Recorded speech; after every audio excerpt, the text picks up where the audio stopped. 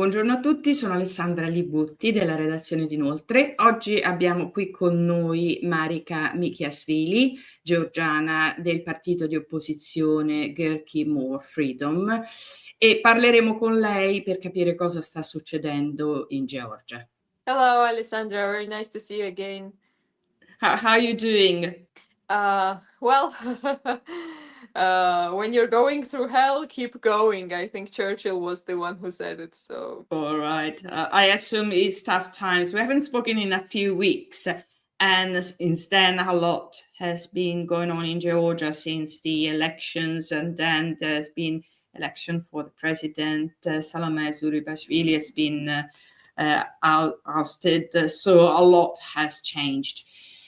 Question now is Georgia turning into a new Belarus? thank you, Alessandra.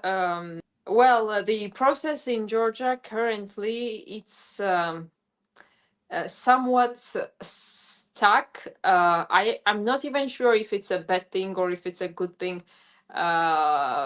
It's a little bit chaotic at the moment, and there can be all sorts of developments, and this development can take whatever time from this evening can be something unpredictable, tomorrow can be something unpredictable, or in a month or in 2 months. It's very hard to predict exactly what will happen. Just to recap, so on October 26th, there was parliamentary elections, which most Georgians were very hopeful about because most Georgians wanted to finally unseat this government. We saw huge protests from April on. Those were unprecedented protests in the history of Georgia against this so-called foreign agents law, the Russian law, as we call it, and just the general accumulation of dissatisfaction with the Georgian Dream Party rule, that increasing amount of Georgians see it as a Russian rule over Georgia through a Trojan horse, through a proxy. Well, they managed to rig elections in an unprecedented scale that essentially flew under everyone's radar, the preparation for electoral fraud before elections, unfortunately. Yes, well, we knew that morally they had no red lines and they could proceed with electoral fraud. But unfortunately, very, very few people could predict the exact steps that they would rig it with, because we had this new system, the electronic assisted system, whatever. So for about a month after the elections, after the fraudulent elections, the opposition and the president Zurabishvili coordinated. I would say we coordinated. I'm part of the opposition. We coordinated more or less efficiently in the background, and we communicated with our partners. But we had a big failure of communication with the public on what we were doing. So the public perception was a dissatisfaction with the opposition response to fraud, and just the general, quite more or less depressed mode that the people were very much hopeful for a change, and the change didn't arrive. And so for a month we had protests. It was opposition planned, opposition led protests, and there were some days when it got more acute, and some spark was going up, but nevertheless it wasn't as widespread or as enthusiastic and dramatic as on November 28th. Suddenly this illegitimate regime already, they announced that they're halting Georgia's EU accession technically until 2028, but everyone knew that nothing is resuming in 2028 either. So that caused like very sharp protests simultaneously nationwide, very large, and there was a huge round of a police crackdown on the protests for around 10 days, I think, and we saw systemic torture of protesters, something that we had never seen before. It was people actually began fearing for their lives, not just random safety. That was the case before. The regime sent a clear signals: you must now fear for your life every time you come for protests. And I think people got adapted to fighting back quite fast. The pace of public adaptation was quite fast. People were not afraid, and people punched back. I think for that reason, the regime backtracked from police crackdowns. If it were a full month of police crackdowns, I think they would have already taken off and left the country before New Year. But they stopped just in time to let themselves have a breath. And ever since then, we had huge marches, daytime marches, all sorts of different kinds of protesting throughout all Georgia, which is unprecedented, by the way, because usually it's just the capital, which homes up to 40% of population, but it's nationwide. And then the regime hoped that the protests would just disappear over the New Year's, because in Georgia, the New Year's is absolutely sacred. It's a time of complete vanity. No one does anything for like 3 weeks in January. And they were hopeful that the January would naturally take care of protesters. But that did not happen. The situation was a little bit, how to say, I do not want to say stagnant, because in January, the fact that the protest was maintained on the main avenue at the parliament, that is quite remarkable as well. So there were protests each evening at the parliament, and also protests continued in other cities as well, especially Batumi, that is the second largest city in Georgia. By early February, people understood that we need to have a new dynamic in process, especially that an unlawfully detained journalist who was degraded and treated inhumanly by police. She's on a hunger strike. Zia Maglobeli, I think it's now her 27th day or 28th, if I'm not mistaken.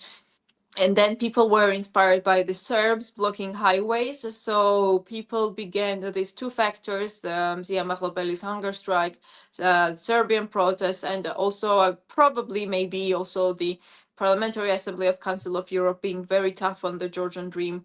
That creates some sort of a new dynamic in early February, where people attempted to block a highway.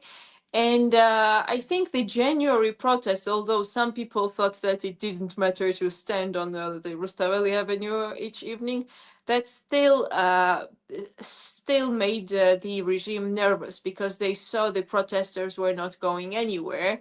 And especially when the highway protest was planned, suddenly they began adopting new laws, and in a matter of days and hours, they are with a lightning speed adopting new laws.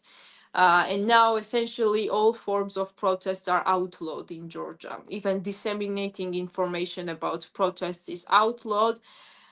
Sometimes in early February, it seemed to me that they would be going to the direction of full physical repression again. And we did see on February 2nd at the highway protest that they again deployed mass torture of protesters in minivans.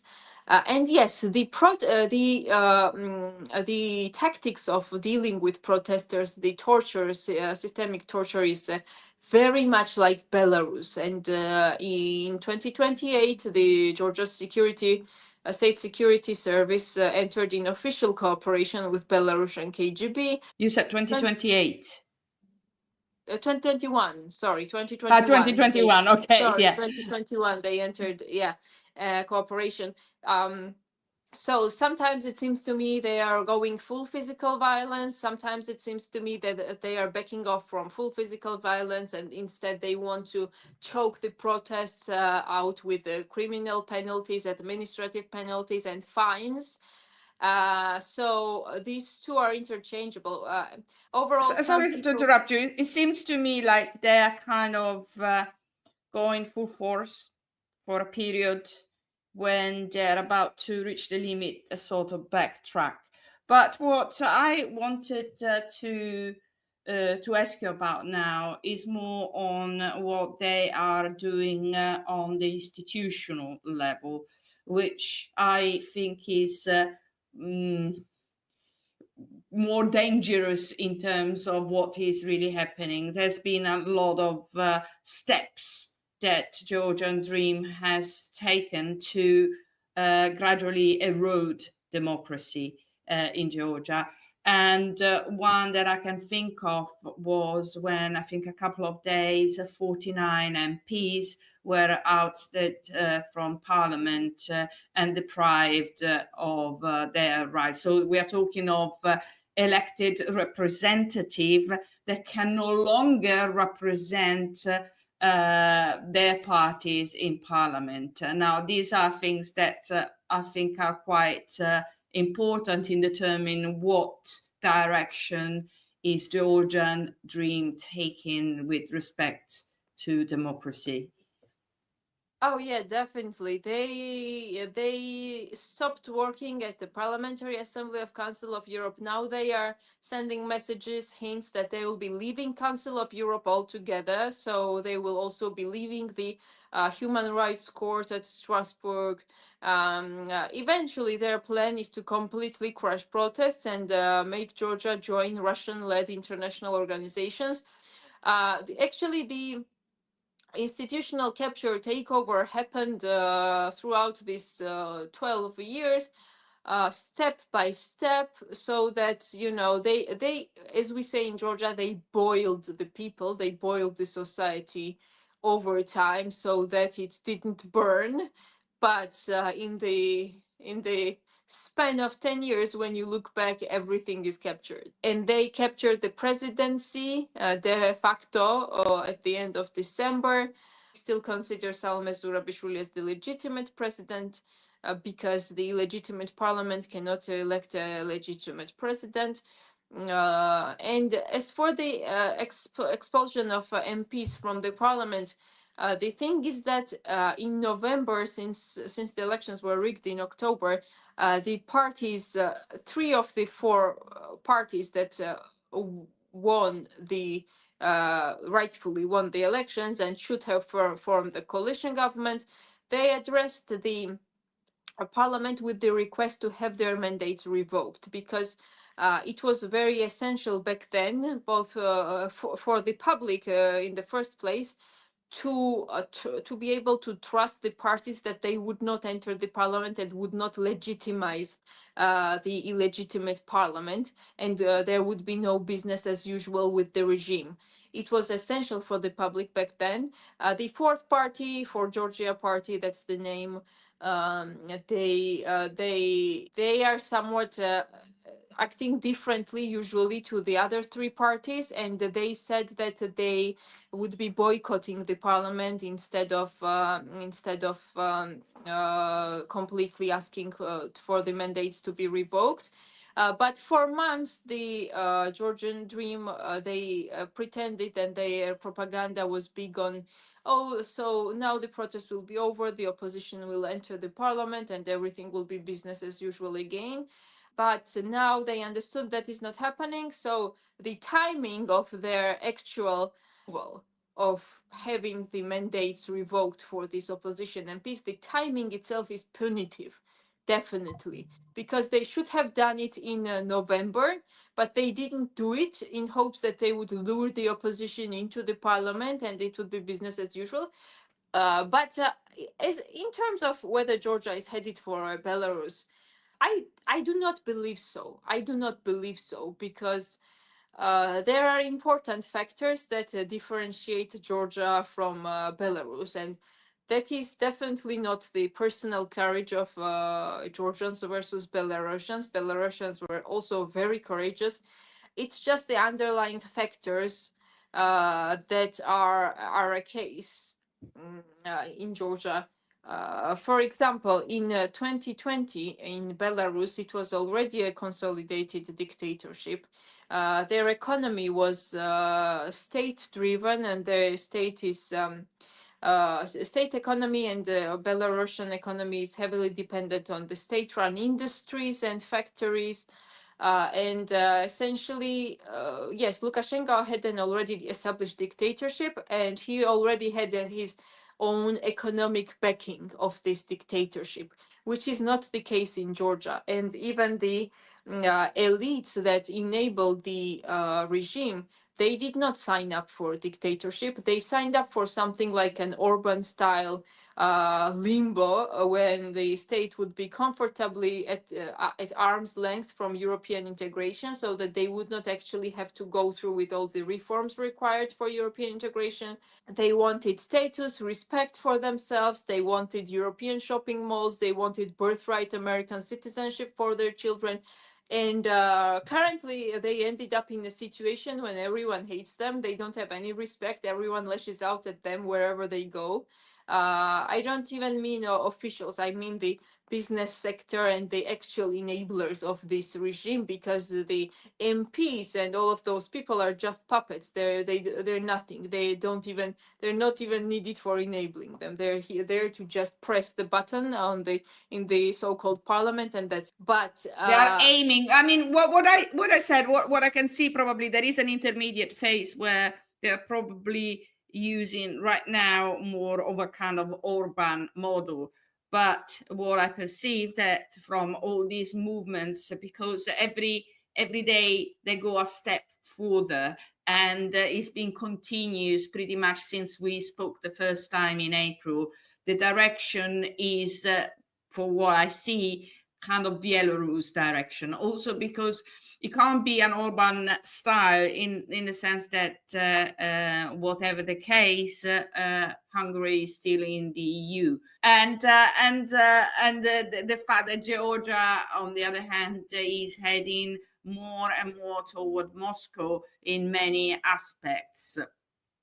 No, but what I wanted to, what I was going through, because I really like the tweets that you posted not long ago, and maybe I can read a little bit and we can pick it up from that, where you're talking about the organization of the opposition.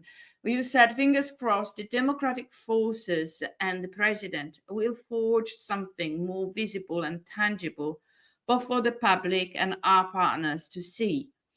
I've always been for one big unity against a dictator. The process has been debilitating and excruciating, but it is not all hopeless. And at least we have some skeleton outlined, such as the four parties, coalition, and the president, who already have much better coordination and cooperation than a year ago. In addition, people are creating some process of their own. I've seen thousands of unfinished initiatives in Georgia, but hopefully now things are different for everyone, since it's an existential battle for physical survival of each one of us and the very independence of Georgia as a state.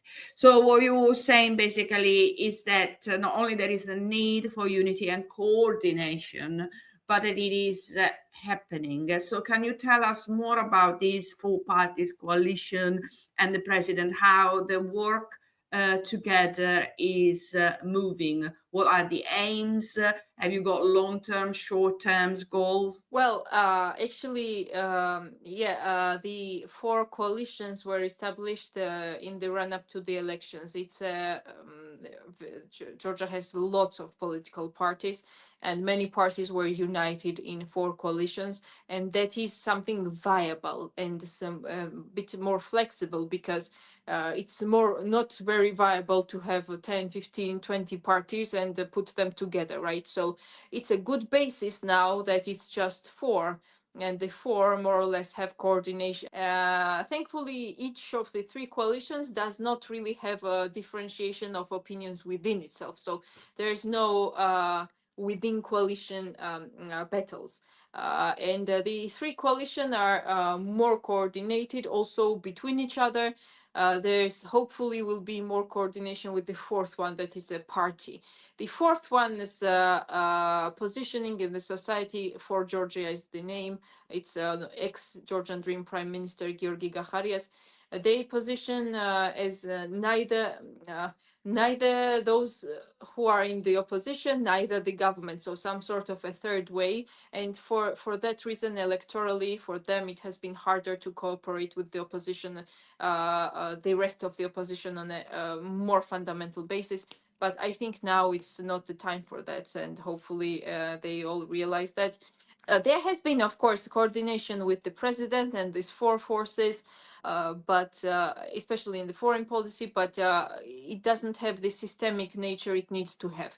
And what I tweeted now is something that is hoped to be achieved in nearest weeks. Right now, unfortunately, I cannot say what is being done because we don't know what can be done. The process of further coordination will start in the coming days. So we cannot say in advance what will be there.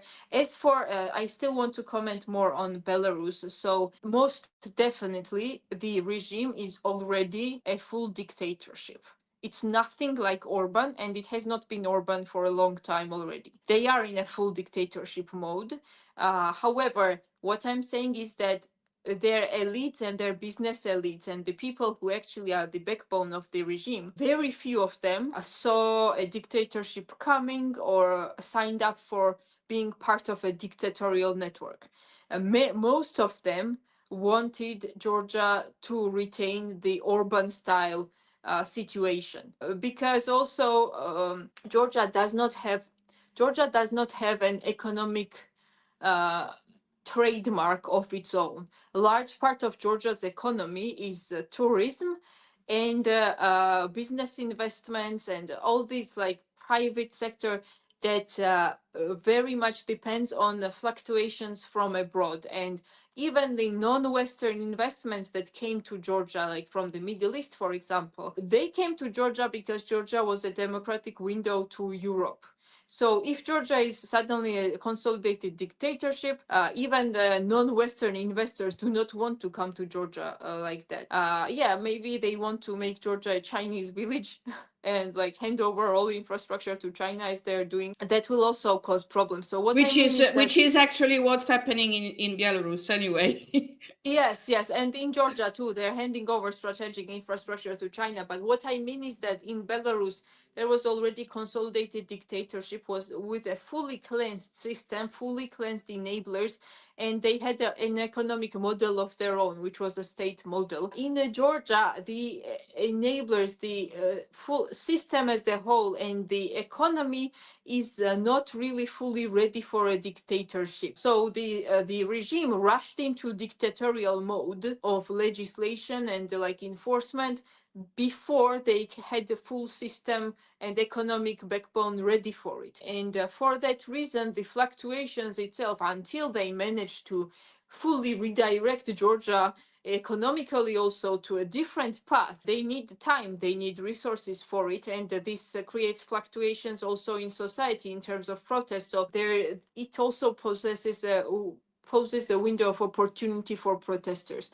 Those are the things. Also in Georgia, I don't want to underestimate the Georgian nationalism and anti-Kremlin mobilization capacity of Georgian society, which was not the case in Belarus in 2020, because due to historical factors, Belarus did not necessarily perceive Russia as the enemy.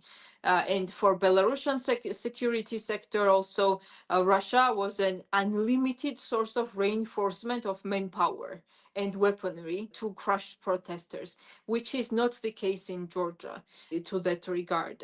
Thankfully, we are lucky that we do not think that the army will get involved on the regime side to crush us. And so their oppressive side is also limited. They have a few thousand police forces that are oppressing us. But yes, it is limited still. When there are simultaneous protests in different cities, they are very overstretched. So the oppressive limitedness as well as the economic inability to fully have a self-sufficient, more or less self-sufficient dictatorship. Even if they suppress protests now in the streets to a large degree, this still creates a big period of instability for the dictatorship. It's not like the protests in the streets are over and that's it. Not That's there's about not 70 days now, isn't it? Is it the 70 protest. days, the protest? No, it's a 73rd day and 103rd day of overall protest since the election. Yeah. So 73 days and non-stop. So we have some sort of a cusp situation now when it has to proceed to some different level. But I would not say that Georgia is facing Belarusization for these reasons that I said. I mean, yes, of course, it would be a tragedy if they suppress protests in the streets now, but the consolidation and the stabilization of a dictatorship will still be very hard for them still.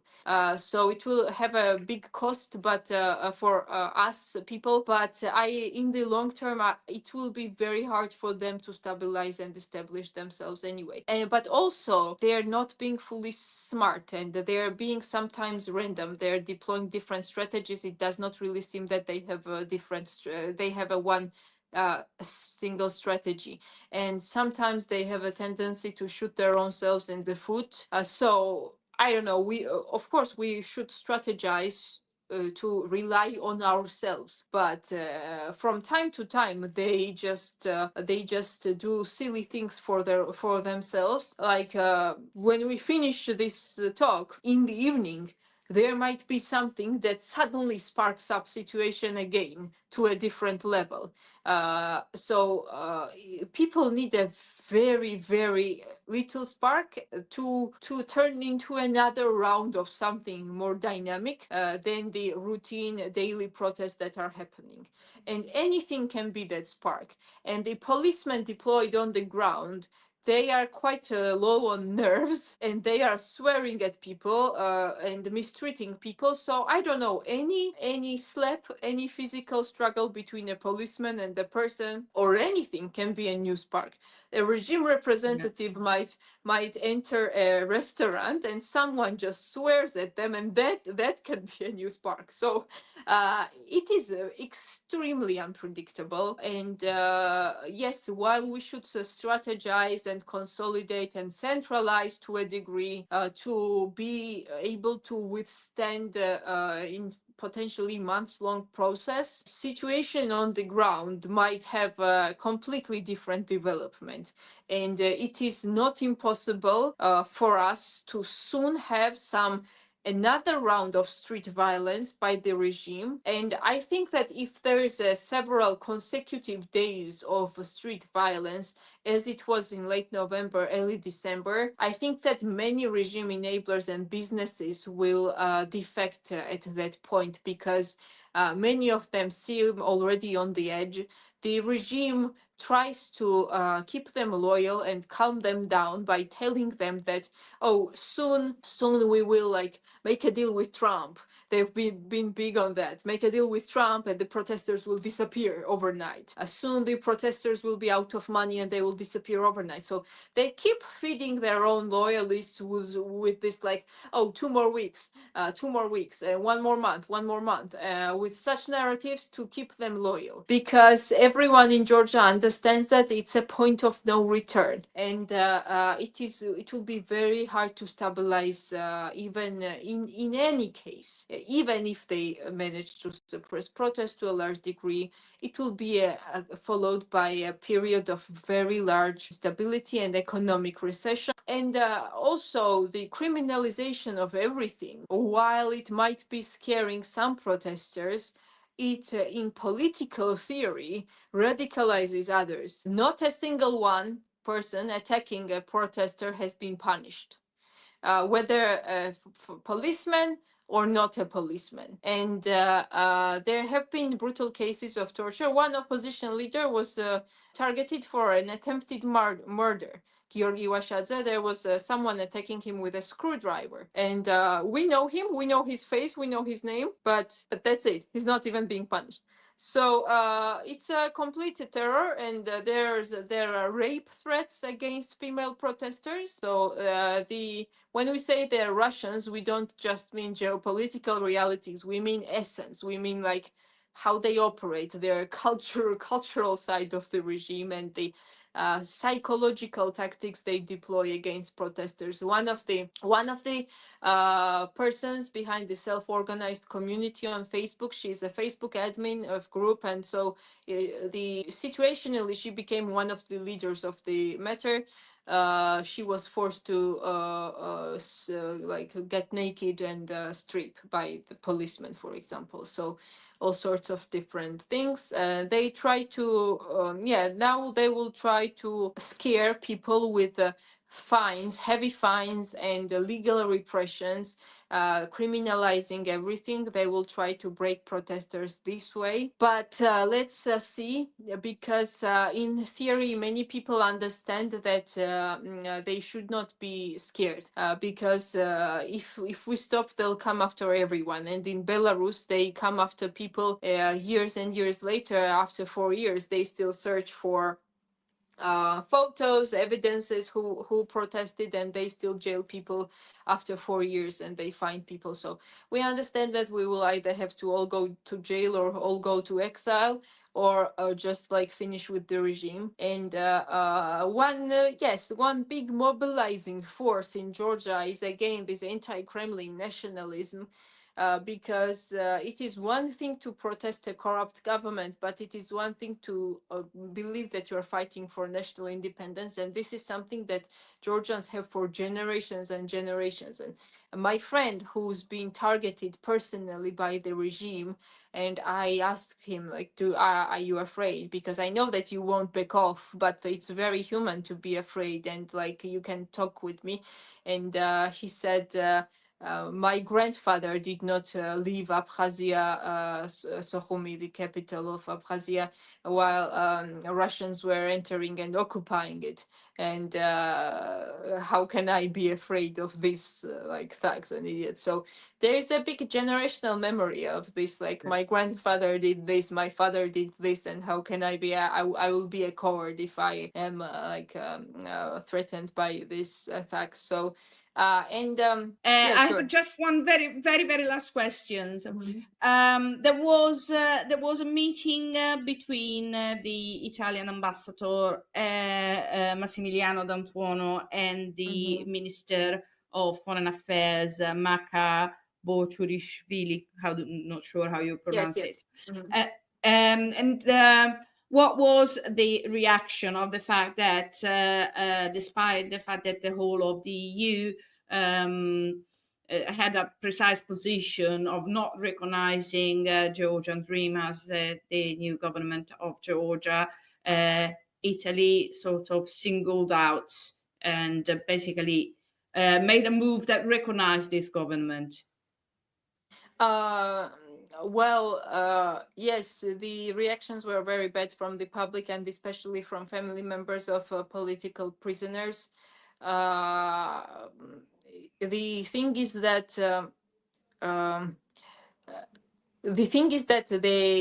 there should not be any even so. I was at a meeting of political prisoners' families with ambassadors, and the Italian ambassador was there too. And the families expressed a big dissatisfaction, and they were very unhappy, and they communicated it with the ambassador. The ambassador said that a big part of their meeting was about the violence that was happening, condemning the violence from the ambassador side, and so on. But nevertheless, the very least, there should not be any. If they do communicate with the regime, it should be in the mode of scolding and like communicating discontent and further isolating them. And there should not be any photos. So whenever some delegations arrive in Georgia, they already know that they put a disclaimer. We are arriving, but we don't mean to legitimize what's, so they put a disclaimer. This is not a legitimate. So there was a meeting, the ambassador went and met the families of the people who had been imprisoned, the political prisoners? There was we addressed different embassies. The Polish embassy hosted Polish embassy hosted different ambassadors, and the Italian ambassador arrived at the premises too. The families expressed discontent to the Italian embassy beforehand, but the ambassador said that he still wanted to attend if possible, because he wanted to personally speak with the families. So the families accepted that and met with him, but they communicated their discontent. Yes, and the pictures are one of the big problem. So there are some people who meet with the regime to condemn them, but the regime takes pictures and posts it as a legitimacy. So there's some certain code of behavior what they should not do, our partners. As for EU, yes, they have not actively recognized the regime, and some EU states are better at active non-recognition. But I would say that we need more from the EU. Not to even mention sanctions would be amazing, of course, but at least the call for new elections, because the call for new elections is not even an issue of whether there was electoral fraud or not. So electoral fraud is just one of the issues about why we want new elections. Another is that there was a complete U-turn in foreign policy. Even the regime supporters did not vote for freezing European integration. Plus, there was a people systemically tortured, and there's an ongoing crisis that isn't going anywhere. So there are 4 reasons for new elections to be demanded, and 3 of them have nothing to do with electoral fraud. The ongoing crisis that cannot be resolved otherwise, the torture of people, and the U-turn in foreign policy. Even regime supporters do not support freezing European integration. The country needs new elections under international observation Supervision. and international but like we need amelioration of institutions, and that's the thing. Like they would probably call new elections, but the protesters will not accept it unless they do undergo reforms of Central Election Commission and so on. So essentially, the regime, if they agree on our demands for new elections, not snap, but new elections, they know that they're losing, because that's essentially giving up power.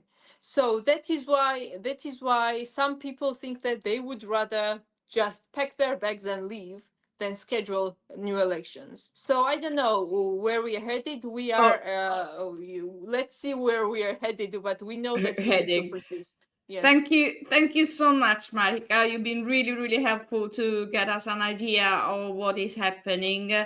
And we wish you best of luck with the ongoing demonstration. And let's hope that something can be resolved in a positive direction rather than keep heading where we are at the moment.